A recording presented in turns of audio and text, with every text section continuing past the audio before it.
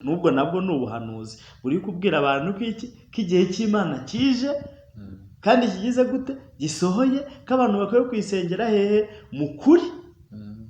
Bagomba kuyisenga atari ukwiyoberanya. Buriya tuvuga ukuri ni uko umuntu ari atiyoberanyije ngo yigaragaze ukundi. Ubwo ni ukuyisenga uko bari batihishahisha cyangwa batiyoberanya kubw'impamvu runaka, ahubwo bayisenga uko bari, kandi uko bari ntabwo ari uko bari muri kamere yabo, ahubwo ni uko bari muri Kristo, nk'uko Kristo abasaba. Noneho bayisenge uko bari muri Kristo kandi bayisenge mu mwuka. Mu mwuka ni Imana mu muntu n'umuntu mu Mana. Bayisenge mu bumana cyangwa bitware nk'uko Imana ishaka abantu bababona ndetse batababona. Mbega ubuhanuzi ni ubuteguza abantu gutunganya inzira z'umukiza, kuko umwami agiye kuza kwimura itorero.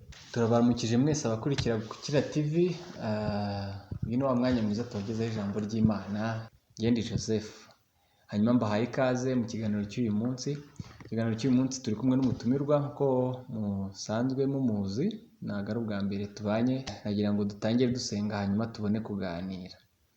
Mana yacu turagushimiye, turaguhimbaje, tugushimiye kugira neza kandi waremye ijambo ryawe ngo ritubere itabaza rimurikire ibirenge byacu. Reka rero ubane n'abantu bawe mu ijambo ryawe kandi bafata imyanzuro yindi ibakuza kugera ku kigero cya Kristo mu izina rya Yesu. Amen. Tugiye kuganira ku buhanuzi. Ijambo rivuga ngo icyo Imana yavuze, icyo Imana yamvuzeho, cyangwa se ngiye kumva icyo Imana ivuga.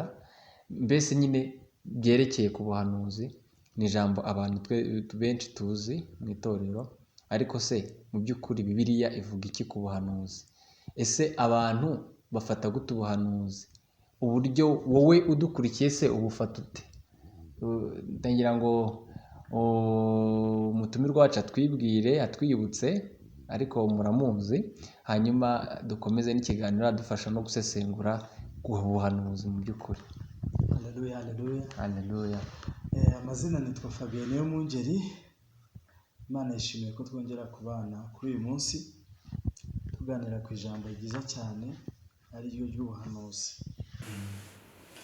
Byahishuwe 22 umurongo wa 6 n'uwa 7.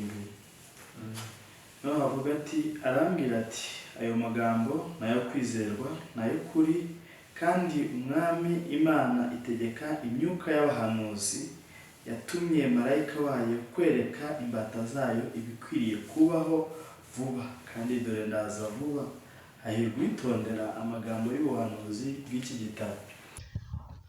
Ubuhanuzi ni ijambo ry'Imana ari ryo tubona muri Bibiliya.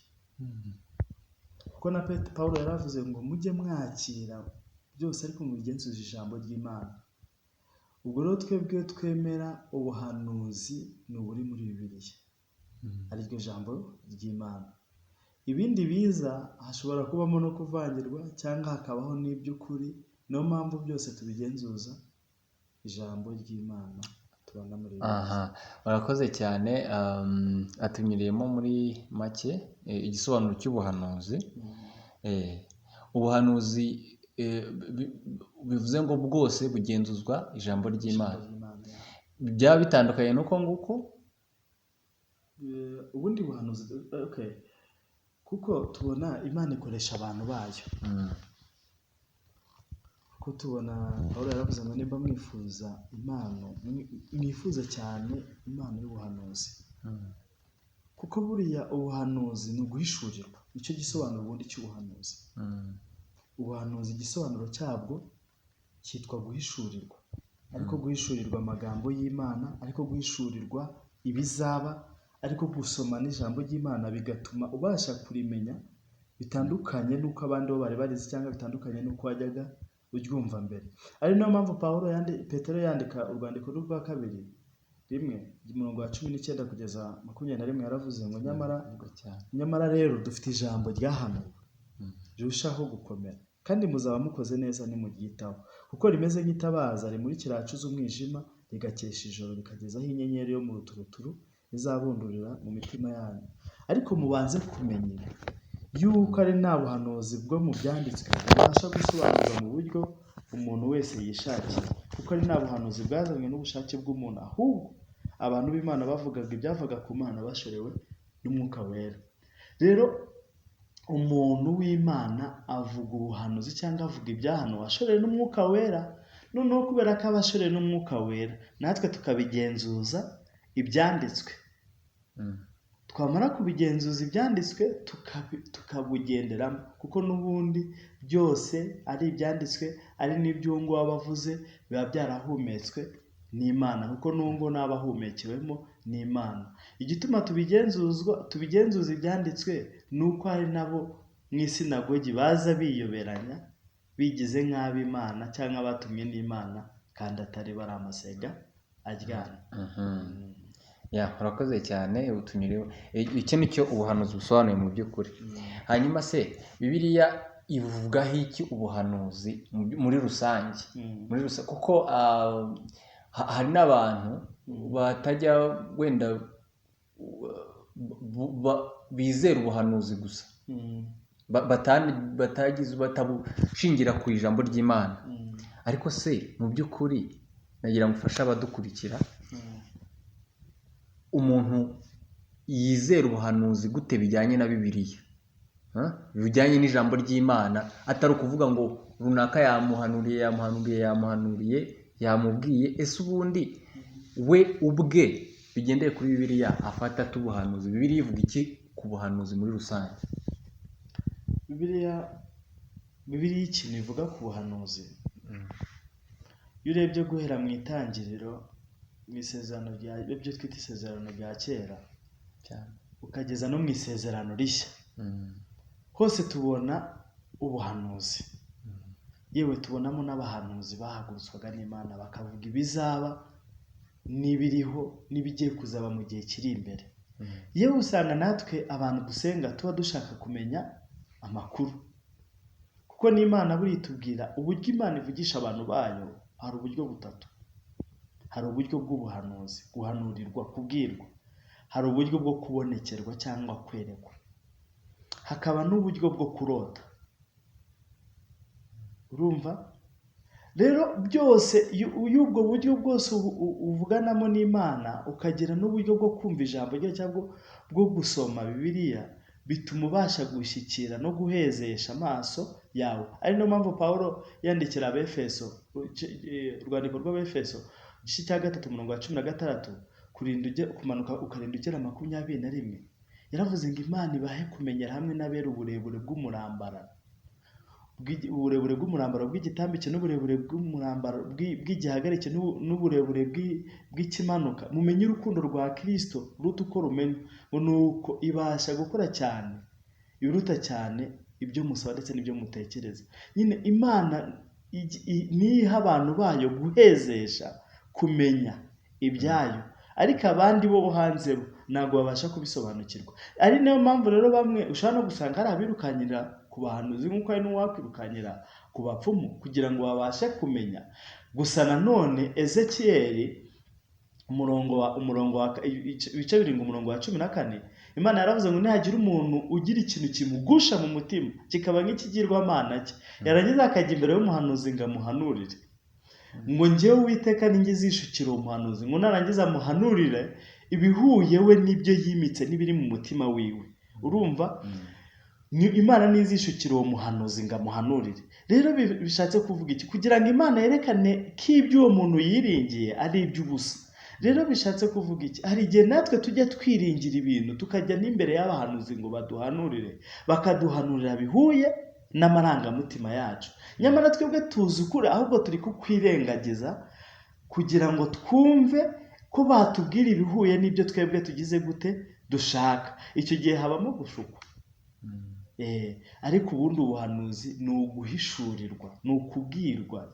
Guhishurirwa rero ntabwo ari na ngombwa ngo ujye ku bahanuzi, nawe iyo wamaze kuba uw'Imana nawe irakwibwirira. Kandi niyo wamaze kuba uw'Imana, niyo nabo bakubwira ibihuye rwose n'iby'Imana nawe ihora ikubwira. Ari nabyo ikubwira mu ijambo ryayo, ari nabyo ikubwira mu buryo bw'umwuka wayo wera uri muri weho, aribwo bwa buryo bwo guhishurirwa cyangwa bwo kurota cyangwa bwa buryo bwo kuhanurirwa ikoresheje abakozi bayo, ariko byose biba bihamanya n'ijambo riri muri Bibiliya. Hanyuma se ubuhanuzi bwo muri Bibiliya, mbese iyo umuntu asomye Bibiliya arahishurirwa. Bibiliya ivuga ko ari nabwo buhanuzi butavangiye. Yego. Hanyuma ariko hakaba n'ubuhanuzi ari nabwo buyobya cyane, kuko abantu benshi ngiye mbona aribwo biringira, bw'abantu bahanurira abandi. Mu by'ukuri itandukaniro ririmo ni irihe, cyangwa se bihuriye hehe? Ndagira ngo bimpurize ubuhanuzi abantu bahanurira abandi n'ubuhanuzi bwa Bibiliya, ijambo ry'Imana. Bihurira hehe cyangwa se bitandukanira hehe? Kubera iki abantu bamwe, ese abantu bamwe ntibabyitiranya bigatuma bayobya ubwoko bw'Imana, cyangwa se ubwoko bw'Imana bwo bukabyitiranya bukayoba? Erega buriya Yesu niwe wavuze ngo abanjye ndabazi, niyo mbahamagaye baranyumva. Yohani 15:7 guhera ku Yohana 15 guhera ku murongo wa 5 niho havuga ngo ni njye nyiri umusaruro, amagambo yanjye naba muri mwe, musabe icyo mushaka cyose muzagihabwa. Urumva ku murongo wa 11 niyo yavuze ngo ibyo bibabwiriye kugira ngo umunezero wanyu ube wuzuye cyane rwose muri njye. Rero abantu, ubuhanuzi buvugirwa mu bantu, kubuhuza n'ijambo ry'Imana nuko hari ibyo wumva ukabihuza n'ijambo ry'Imana, hari no guhura n'ibihe ugashaka kujya kumva icyo Imana ibivugaho, ariko kwa kujya mu bahanuzi, kuko nabo mu isezerano rya kera barabikoraga bakajya mu bahanuzi. Ariko nanone ntabwo ari ngombwa ngo utwarwe n'ibyo umwana w'umuntu avuga udatwawe n'iby'Imana ivuga, ahubwo twarwa n'iby'Imana ivuga, aba ari byo ugenzuza bya bindi wa mwana w'umuntu yavuze. Uri kunyumva? Sinzi nimba uri kumva icyo kintu. Kugenzuza iby'Imana ivuga, iby'Imana ivuga ari byo dusoma muri Bibiliya, akaba ari byo ugenzuza bya bindi wa mwana w'umuntu yavuze. Apana gufata bya bindi wa mwana w'umuntu yavuze ngo aba ari byo ushyira hejuru y'iby'Imana ivuga. Oya, iby'umwana w'umuntu navuge, ariko bibe hasi y'iby'Imana ivuga, kuko muri byo habamo n'ibiyobya. Ntabwo ari ngombwa ngo twiringire ibyo by'abana b'abantu bavuga, cyangwa ibyo twumvishe byavugiye mu kanwa k'umuhanuzi tutabigenjeje ijambo ry'Imana. Ubuhanuzi bumaze iki? Ubuhanuzi bufasha abantu, cyangwa ubuhanuzi buguha kumenya ejo hazaza, kugira ngo nawe, kuko na Bibiliya buriya ishingiye ku buhanuzi. Ishingiye ku buhanuzi kuko tuzi igihe kizaza uko bizaba bimeze, tuzi n'igihe turimo uko bimeze. Ni nayo mpamvu niyo turi gusoma cyangwa niyo duhuye n'ibihe, tubihuze icyo ijambo ry'Imana ribivuga, kuko nta ijambo ry'Imana ritavuze. Yaba ibihe byashize, yaba ibihe turimo, ndetse n'ibihe bizaza, byose tubifite mu ijambo ry'Imana. Ni nayo mpamvu rero n'Imana nayo itubwira, yaraduhanuriraga, yatubwiraga. Niyo mpamvu habayeho n'ibyahishuwe kugira ngo tubashe, biriya byari ubuhanuzi. Byari ubuhanuzi bwo kugira ngo tubashe kumenya uko tugenda, tunamenye n'uko tuzitwara muri icyo gihe, ariko kuvoma amazi azadutunga mu gihe kizaza, ari nako kwitegura kubaho muri ibyo bihe tugiye kuzajyamo. Ubuhanuzi rero buguha gukomera no gushikama, kugira ngo ubashe kuzakira ikintu uzahura nacyo, kibe cyiza cyangwa kibi, kibe kibi ariko ntikigutungure, kuko n'Imana ivuga ko ntabwo yakwemera ko abantu bayo bahura n'ikintu kibatunguye, ahubwo yo ikibamenyesha kitari cyabo. Kibamenyesha kitari cyabo.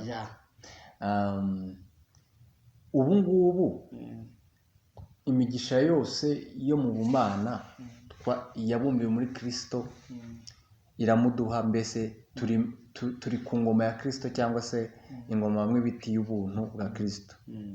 Nako ni nako na twese tuyita, ni ingoma y'ubuntu bwa Kristo. Abantu benshi iyo bahanura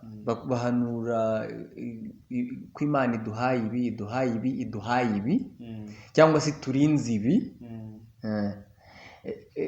ku ingoma ya Kristo ko ari butumenyesha byose. Kuki ubuhanuzi bukenewe gute ku ingoma ya Kristo? Bibiliya igira abahanuzi 16, ariko muri bo 16 hakabamo abandi 4 aribo Bibiliya yita abahanuzi bakuru, aribo Yeremiya, Daniyeli, Ezekiyeli, urumva, na Daniyeli na Ezekiyeli. Abo bahanuzi bahagurukaga bavuga ibigiye kuba, banagira n'ibyo banasaba. Babwiraga abantu kugira gute? Kwihana. Yewe na Yesu Kristo ajya kuza, hari uwabanje kumubanziriza, ariwe bitaga Yohana. Yaje avuga ati muharure, mutegure inzira, kuko kuza k'umukiza kuri bugufi. Ubuhanuzi rero ubundi ikintu bumaze muri twebwe ni ugutegura inzira y'umwami, urumva, no kudutunganya kugira ngo tubashe gutunganya ibidatunganye, tunitegura kuza ko mukiza kugiye kubaho. Ariko kuko buriya Kristo kugaruka azaza none haje kwimura itorero. Niyo mpamvu rero ubuhanuzi bwose mba numva, cyangwa icyo twita ubuhanuzi, ni ubushishikariza abantu gutunganya inzira z'Imana. Ntabwo ari ubugarukira ku bya hano mu isi, ari byo byo kurya, kuko n'ubundi nayo Bibiliya iratubwira ngo ntimukiganyire ku byo kurya cyangwa ibyo kwambara, kuko ibyo ngibyo Imana irabizi ko mubikeneye. Ahubwo dukwiye guhangayikishwa, nk'uko Matayo bivuga, mushaka ubwami bw'Imana no gukiranuka, kuko ibindi byose ni iki? Ni inyongera. Niyo mpamvu Yohani 4:23 haravuga ngo igihe kiraje kandi kigize gute? Kirasohoye, ubwo abasenga Data bamusenga mu kuri no mu mwuka. Nubwo nabwo ni ubuhanuzi buri kubwira abantu ko igihe cy'Imana kije kandi kigize gute? Gisohoye, ko abantu bakwiye kuyisengera hehe? Mu kuri. Bagomba kuyisenga atari ukwiyoberanya. Buriya tuvuga ukuri ni uko umuntu ari atiyoberanyije ngo yigaragaze ukundi. Ubwo ni ukuyisenga uko bari batihishahisha cyangwa batiyoberanya kubw'impamvu runaka, ahubwo bayisenga uko bari. Kandi uko bari ntabwo ari uko bari muri kamere yabo, ahubwo ni uko bari muri Kristo, nk'uko Kristo abasaba. Noneho bayisenge uko bari muri Kristo, kandi bayisenge mu mwuka. Mu mwuka ni Imana mu muntu, n'umuntu mu Mana. Bayisenge mu bumana, cyangwa bitware nk'uko Imana ishaka, abantu bababona ndetse batababona. Mbega ubuhanuzi ni ubuteguza abantu gutunganya inzira z'umukiza, kuko umwami agiye kuza kwimura itorero. Abantu babufata bate rero, neza cyangwa nabi? Ubundi akenshi abantu uburyo bafatamo ubuhanuzi, hari ababuhuza. Buriya turi kumva ubuhanuzi hari igihe tubuza n'amarangamutima yacu, bitewe n'ibyo twe twimitse mu mitima yacu. Hakaba n'igihe nanone tubwumva turi mu mbaraga z'Imana. Iyo turi mu mbaraga z'Imana, niyo mpamvu nayo Bibiliya ivuga ngo umuntu w'umwuka cyangwa umwuka arondora byose, ariko we ubwe ntawe umurondora. Buri umuntu w'umwuka ashobora no gutandukanya ubuhanuzi, akamenya ubw'ibinyoma n'ubw'ukuri. Ariko umuntu w'injiji ntabwo ashobora kubitandukanya. Ari niyo mpamvu nagize ishyaka hano. Iyo turi kubwira, tuba turi kubwira abantu benshi. Turi kubwira abanyamwuka, turi kubwira abanyamubiri, turi kubwira abana muri ibyo bintu batazi n'ibyo ari byo, bo bazi ko kwa Yesu ari ukurya no kunywa no kwambara. Tukaba turi no kubwira noneho abarenze ibi ngibi twe turi kuvuga banabikoze, ahubwo bahindutse bakagwa bagahinduka ibiti byumye. Noneho bya bintu basigara babyumva nk'ibintu nk'ibintu biri aho bidafite umumaro, kuko Imana yamaze guhindura imitima yabo ibinamuke, bityo iby'Imana bakaba basigaye babyumva nk'amatangazo. Abo ngabo bahindutse ibiti bikokotse cyangwa ibiti bitagira imbuto. Urumva rero tuba turi kubwira abantu benshi. Niyo mpamvu iyo umuntu agiye kubwira abantu, rimwe na rimwe aravuga se abwira abaye, ariko akenshi twebwe tubwira tuba turi kubwira itorero. Itorero ni irihe? Ni abizeye ni abahe? Ni abakristo. Abo bakristo ni abahe? Ni abatwarwa n'Imana, ni abantu b'Imana. Abo bantu b'Imana ni abahe? Ni abantu bomatanye n'Imana, bahinduka umwe n'Imana, urukundo rw'Imana ruganza muri bo, noneho basigara batwarwa n'Imana. abo bantu rero bo bagira umwuka urobanura ubuhanuzi. Icyakora dushishikariza n'abana gukura, kuko igihe tugezemo umuntu agiye kukinyuzwamo n'ikimurimo. Ntabwo azakinyuzwamo n'ibyo avuga, azakinyuzwamo n'ikimurimo. Sinzi nimba uri kumva icyo kintu. Ikintu kimurimo ni ikihe? Nuba wiyoberanya uzahanyuzwa n'ikikurimo. Nimba uri umunyabyaha, ubwo ibyaha byawe, kuko turi mu gihe cyo guhishurwa. Ibyatwikiriwe igihe, turi mu gihe biri gutwikururwa, biri gushyirwa ku karo. Turi kubona ibintu tutari tuzi ko byabagaho. Kera twari tuzi ko abashumba cyangwa abapasiteri ari abantu nyine b'Imana badashobora gukora icyaha, ariko turi mu gihe turi kubona n'abantu bishushanyaga mu bashumba cyangwa abapasiteri, turi kubabona ibyabo biri guhishurwa. Turi mu gihe turi kubona ko n'umuririmbyi akora icyaha. Turi mu gihe nyine cyo gutwikururwa. Niyo mpamvu rero iki gihe turimo cyo gutwikururwa, abantu bari kukinyuzwamo n'ibibarimo, ntabwo ari byo biyitirira. Rero ibikurimo nibyo bigomba kukunyuza aho hantu. Nimba rero uri umunyabyaha ariko ukaba wabihishaga, iki gihe birangombwa ko cya cyaha cyawe kijya ku karubanda kugira ngo unyure aho hantu. Nimba wari umukristo, ubukristo bwawe nibwo buri bukunyuze aho hantu. Rero n'abana ni mukure, kuko Pawulo yandikira Abagalatiya 4 yaravuze ngo umuragwa iyo akiri umwana ngo ibyo bikomeza gutwarwa n'ibisonga ndetse n'abamurera. Naho Abaheburayo 4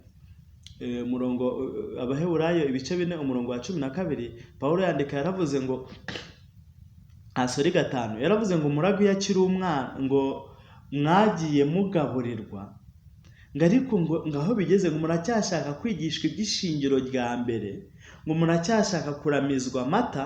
Abo ni abantu bamaze igihe biga ariko batashaka kumva ibintu biremereye, bagishaka kumva ibintu byoroheje ari byo by'amata. Nka bwa butumwa twabwirwaga tukiza muri Kristo cyangwa tukiza kumva iby'agakiza cyangwa kumva iby'ijuru, aho twabwirwaga ibyoroheje tudashaka kumva ibiremereye. Ariko iki ni igihe cyo kumenya iby'Imana, tugahwezesha, tugakomera, tugakura mu buryo bw'umwuka, kuko igihe turimo ntabwo ari igihe cyo kujenjeka, ni igihe cyo kunyuzwamo n'ibiturimo. Wenda ndumva n'ubundi wari urimo ugira itorero inama, nagira ngo abe ari naho dusoreza, kuko abantu benshi bararushye, bategereje ibintu amasezerano y'amahuri, bari aho bategereje gusa. Nagira ngo ubwo ugire icyo ubwira itorero mu by'ukuri muri rusange ku bijyanye n'ubuhanuzi. Itorero ndarisomera Abefeso ibice 3 umurongo wa 10, ngo kugira ngo muri iki gihe, Abefeso ibice 3 umurongo wa 10 kugeza 12, kugira ngo muri iki gihe abatware n'abafite ubushobozi bwo mu ijuru mu buryo bw'umwuka bamenyeshwe n'itorero ubwenge bw'Imana bwo mu buryo bwinshi, nk'uko yabigambiriye kera kose muri Kristo umwami wacu. Muri we nimo duhererwa ubushizi bw'amanga, ngo twegere Imana dushize ubwoba, tuheshejwe nk'uko twizeye. Bizere Imana cyane, begere Imana cyane, izabahishurira byinshi kandi izaba gusobanukirwa n'ijambo ryayo. Kandi ikindi, barushaho gusenga, musabe ubwenge bwo guhishurirwa ubu buhanuzi buriho kuri kino gihe, kuko muri bwo harimo buyobereza abantu ku butunzi bw'iyi si, buyobereza abantu kuko Shitani yamaze guhishurirwa amarangamutima yacu, bubahanura ibihuye n'amarangamutima yabo, noneho bukabatwara mu buryo bw'iyi si, bubatandukanya n'ubwiza bw'Imana. Kuko Imana iravuga, Yesu yaravuze ngo nimukimike abami babiri, kuko nimukunda iby'isi bizabatera kwanga iby'ijuru. Rero abantu namwe mwumvaga mwari mufite amashyari n'amakimbirane n'inzangano, ariko mukumva ko muri abantu b'Imana, nimusenge Imana, musenge Imana, muyisabe imbaraga zo kuzinukwa ndetse no kureka, ahubwo muyisabe ibihishurire, izabihishurira rwose, kandi izabaha imbaraga, kandi koko izabaha imbaraga, kandi izabaha kunesha. Kandi murusheho gukumbura guterana kwera. Gukumbura guterana kwera ni uguterana kutagira ikiziga cyangwa kutagira icyaha. Murusheho kujya mukumbura gusenga mudafite umutima ubacira urubanza, ahubwo murusheho gukumbura gusenga. Bibiliya nivuga ngo nicyo gituma umukunzi wawe yakwiye kugusengera mu gihe wabonerwa. Mu gihe twaboneramo Imana ni iki? Ni iki ngiki. Ni Zaburi ya 32 umurongo wa 6 kugeza ku murongo wa 8 n'abantu nzakwigisha nzakugira inama. Rero turusheho gukumbura gusenga tudafite ibyaha, kugira ngo turusheho kuzura n'Imana, noneho nayo iduhishurira ibihe turimo ndetse n'ibihe tugiye kujyamo by'imbere ari byo bya Antikristo. Ndashaka ko ubutaha tuzaganira kuri Antikristo, tumenye ese Antikristo ubundi ni iki? Antikristo ari gukora ate? Ko tugeze mu gihe cya Antikristo, kandi koko igihe cya Antikristo ni iki ngiki. Turi mu gihe cya Antikristo. Tuzafata igihe cyo next nicyo tuzaganiraho, dusobanukirwa Antikristo, kuko turi mu gihe cy'amayoberane, cy'ubuhenebere, ariko itorero rirushaho gukumbura guterana kwera, guterana kudafite icyaha, kuko nibwo Imana izabishura rwose bayimenye nk'uko iri, kandi nayo ibuzuza ibaha imbaraga. Ndumva ari icyo ngicyo Imana iduhana umugisha.